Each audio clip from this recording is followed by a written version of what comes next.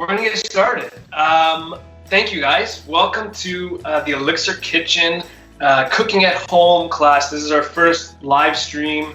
So we're excited. Steph and I are here. We're trying to replicate to the best of our abilities what we do in our class at Elixir at the Princess Margaret Cancer Center. Hopefully it's still exciting. Hopefully you learn a little bit. We have some great recipes and great nutrition tips to throw at you. Right off the top, just a few housekeeping things. First off, from Steph and I, from our whole team, we want to thank all the healthcare workers out there doing an amazing job. Really appreciate it. All the UHN staff are awesome, fantastic. And a shout out to our team as well, our supportive care and cancer rehabilitation survivorship team. We truly have the best team out there, so really happy to be part of that and really happy to be teaching this class today with you. So, introductions. My name is Jeremy Capone. I am the wellness chef, and we also have... Hi everybody, I'm Stephanie Gladman, the registered dietitian at the Elixir Kitchen. And so, yes, thanks to everyone who's online watching us virtually. We're doing our best to give you new information and recipe tips on foods that you could work with, ingredients you could use, especially during these times when we're stuck in home.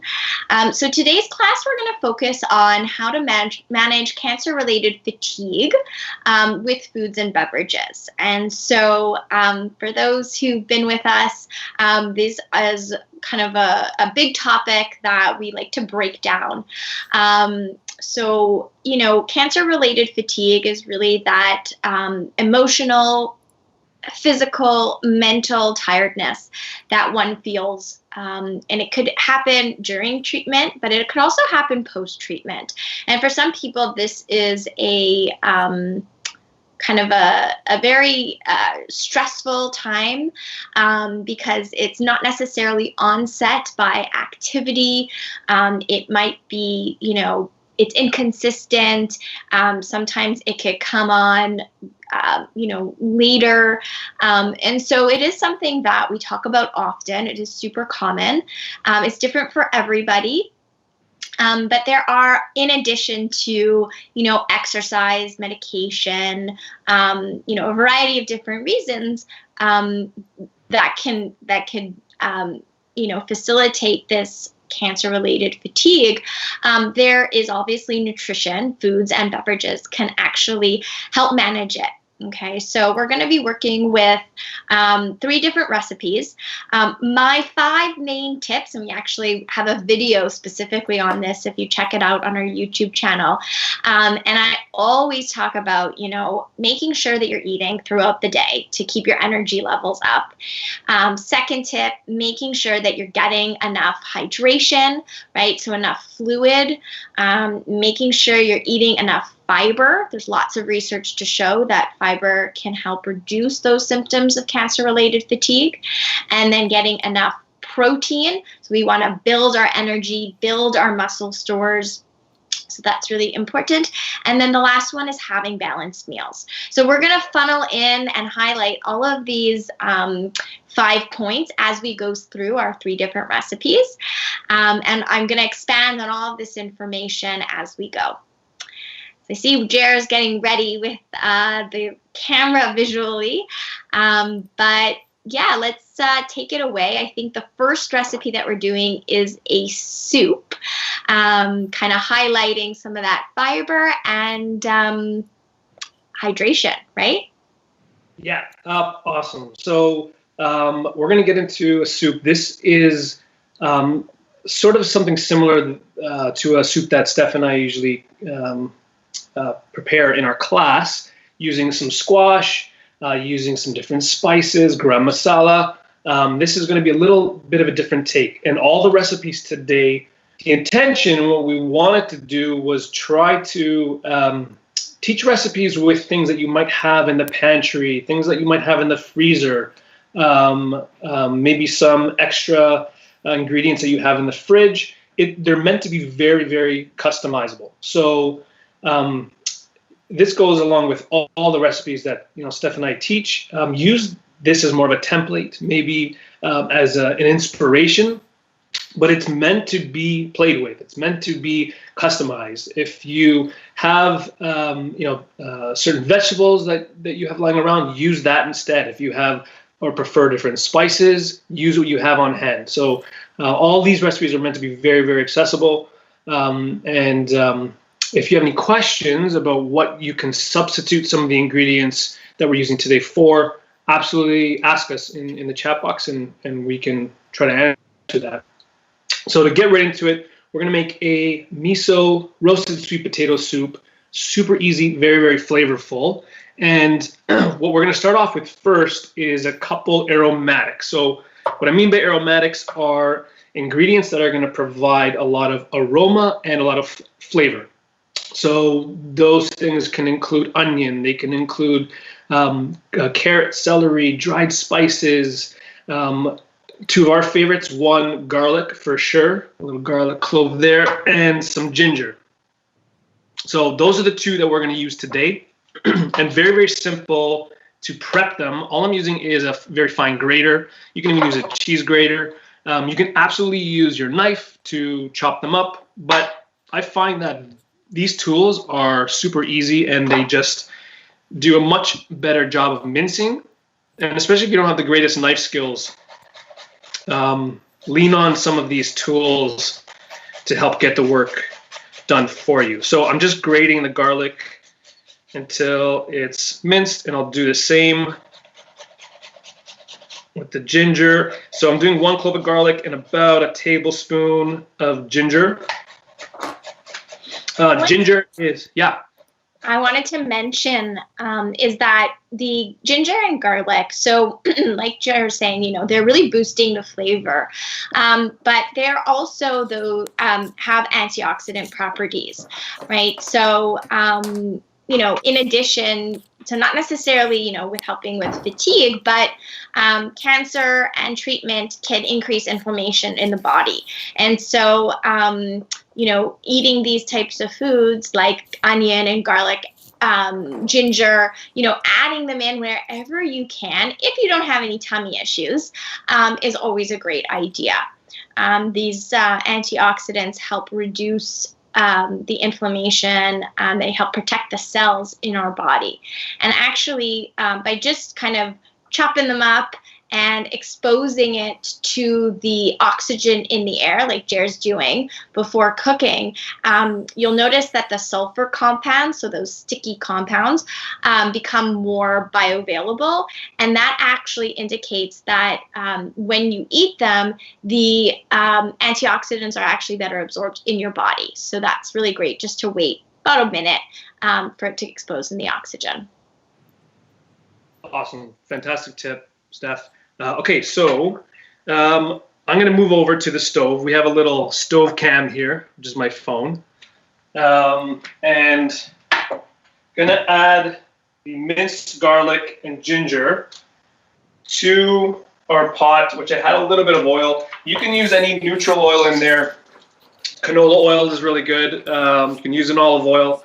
The key here is that I want it at a pretty low temperature, and that's because the garlic and the ginger are pretty finely minced. So if I had it at anything higher, it's just going to burn pretty quickly, and it won't have the chance to sort of infuse that oil with the flavor. Once it gets to that burnt part, you're going to start to get a lot of bitter notes, and we don't want that. So I have it at sort of a medium-low, and I can tell by the sound. I can still hear a little sizzle. You can see it as well, but it's not sort of screaming at you. Couple ways to sort of kill the heat a bit if you do have it too high is either add a little bit more oil, and that cold oil is going to drop the temperature of the oil, or even just reduce the heat, take the pan right off of the heating element to prevent it from burning. But really controlling the heat here is important. So medium-low. And we'll get a nice little sizzle there. So that's our garlic and our ginger. Now the next ingredient this is one of our favorites. This is miso paste. So some of you may be familiar with what miso paste is. It's essentially fermented soybeans and usually rice, or could be barley, a grain of some sort, and it's fermented and then ground and blended into a paste. And this is, pretty common in soups. You might see like a miso soup, but it's such a flavorful ingredient. It's very, very high in activating one of our favorite senses. I know we use it a lot, this word, but it's umami. Umami is that sort of savoriness that you get from certain ingredients that really bring a sort of richness, sort of depth of flavor to foods. So if you're looking for ingredients to just sort of bump up those flavors, things like miso paste, really high in umami, aged cheeses, so like Parmesan cheese, very high in umami, concentrated tomato, so like tomato paste, those are very high in umami as well. All great ingredients to use, even in small amounts, to add quite a bit of flavor. Now, we're going to add about a tablespoon, or no, you know what, we're going to go a little bit more because we're doing a big pot of soup. But we'll go with like a good hefty, about a tablespoon and a half in here. And I'm going to stir that around. And I want to just caramelize that a little bit as well. And that's just going to concentrate the flavors. It's going to give us a much richer flavor. And then we can move on to our next ingredient, which for this soup is our sweet potato. Now, we love using sweet potato in our class. We love using, squash, a lot of those orange vegetables. But a lot of those harder vegetables can be a little more challenging to prepare. They're harder, which, especially if you don't have a lot of energy, can take a lot of work. It can drain you to try to prep through them. They're round, which is also, when it's a hard vegetable and it's a round vegetable and you're trying to chase it around the cutting board with a knife, probably not the safest way to approach it. So it can be a little frustrating getting through some of those harder vegetables like squash and sweet potato. So what we like to do is either two things. One is use frozen.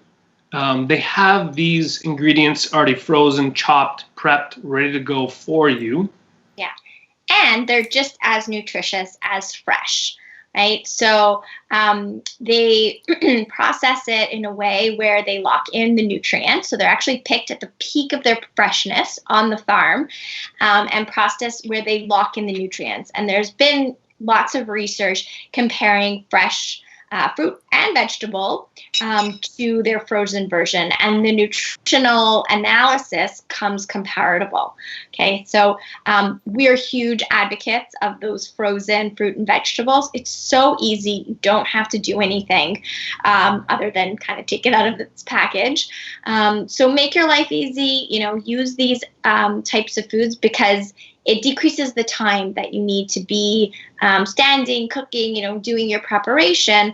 And kind of, when we talk about cancer-related fatigue, we really want to do things that will reduce your energy levels, right? So why do so much work when you don't have to?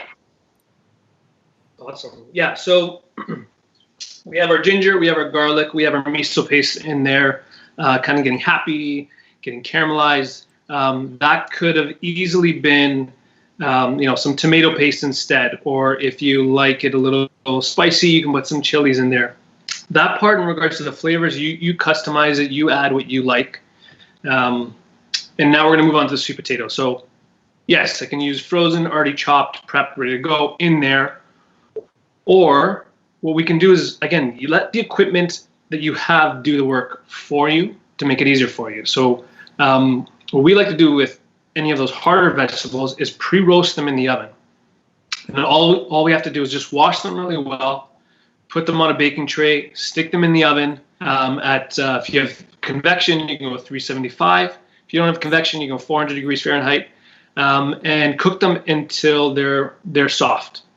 So for me, It takes about 45 minutes to about an hour to get them really nice and soft. Everyone's oven is going to be a little different, and then the size of the sweet potato is going to be a little different.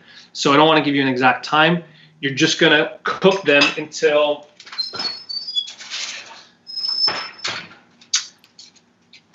let's see if we can get a little closer on there, until they're nice and soft to touch. So when I touch the sweet potato, they give, and I know that they're ready to go. You can let them cool a little bit as well before you prep them, but I want to show you what they look like. I'm gonna steal this pan cam for a second. All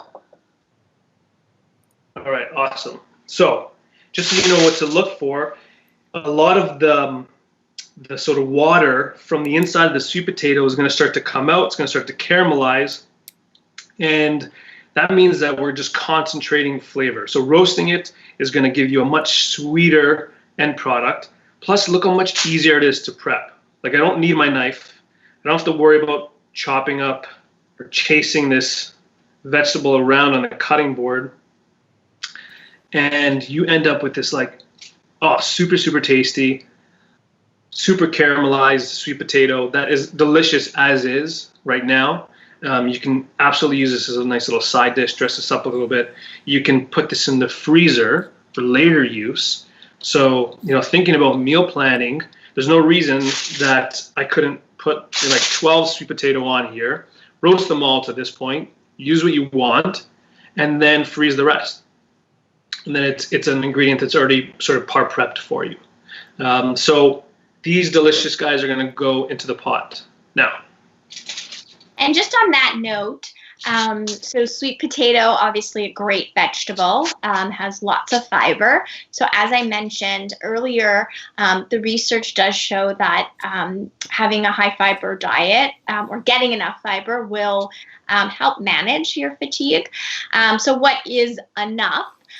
So the recommendation is about 25 grams per day. Again, what does that mean? Well, if you think about it, about a half a sweet potato, which would be the size of your fist, would be about 5 grams, 4 grams of fiber. And our soup will have that. So maybe half a potato will have like 2 grams, 3 grams. And so the skin is actually going to add a little bit more fiber. And so Jer's taking it off, which is totally fine, but you can definitely eat it if you're someone who's like, I don't think I get enough, just add it in. We will be pureeing the soup. So, it obviously could be blended. There just might be a little bit more pieces if you keep the skin on, but it's up to you. We will be adding other things in our soup, so that will definitely bump out the amount of fiber. And so, really thinking about how many times throughout the day you're including either vegetables, fruits, or whole grains, nuts, seeds, beans, lentils. These are all food sources of fiber. So you do want to include them throughout the day. Back to you, Jer. All right, I'm back. So you can see, I don't know if that stove cam is on, but you can see the sweet potato in there now.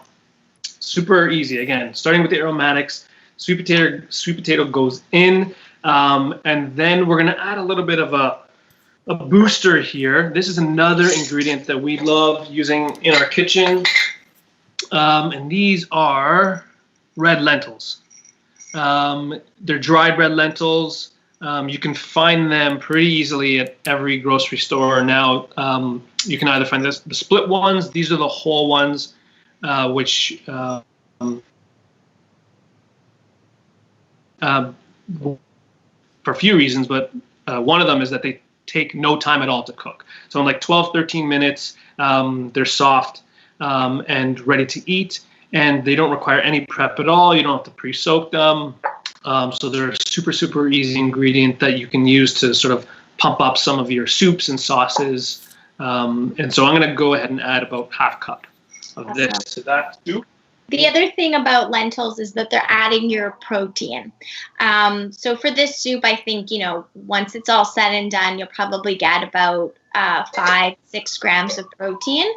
But lentils are such a great way to add in. And like Jer said, like, you know, they're going to bulk it up, making it more smooth.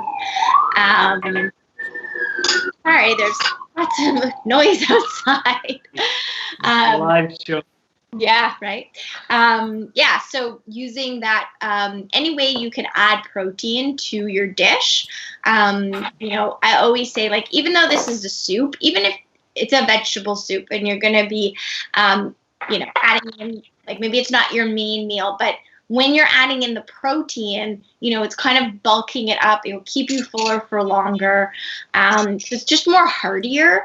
And I find that, you know, that's a really great way to sustain energy levels as well.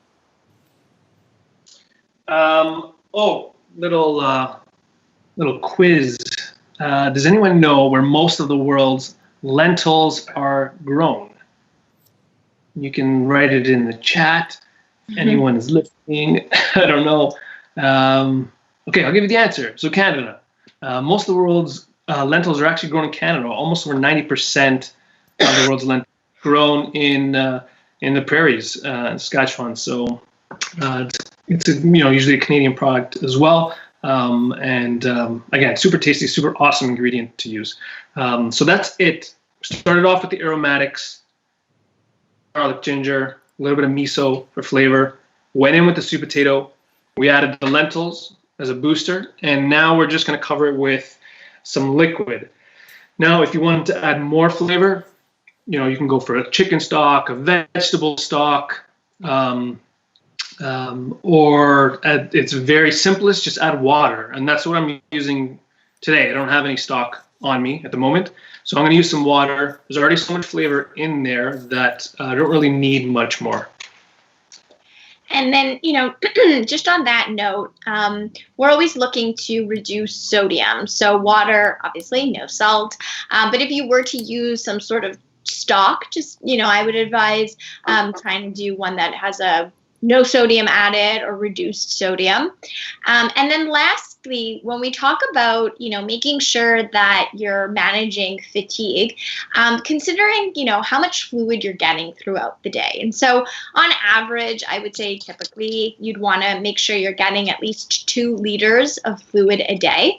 And a lot of times we think that has to be water, but it doesn't have to be water. So I want you to kind of start thinking about where other are you getting your fluids from. So it could be soups, it could be smoothies, it could be juice, milk. Certainly water is great, but, you know, thinking about those sources, because when we're feeling dehydrated, that contributes to our tiredness, or can, right? So, you know, if you think about it, our bodies are made up of about 70% of water, and so when we don't have enough of that water inside, there's not our blood isn't pumping the oxygen to our cells, right? It's not getting the nutrients that it needs, and so therefore, you know, you might feel tired. So certainly, you know, making sure that you're getting enough fluids throughout the day, and this soup is, you know, counting towards that fluid total per day. Awesome. Okay, so what you want to do at that point is bring it up to a boil. You can see it's starting to bubble now, which is perfect. I'm going to go on with the lid and turn the heat down to low and let that simmer.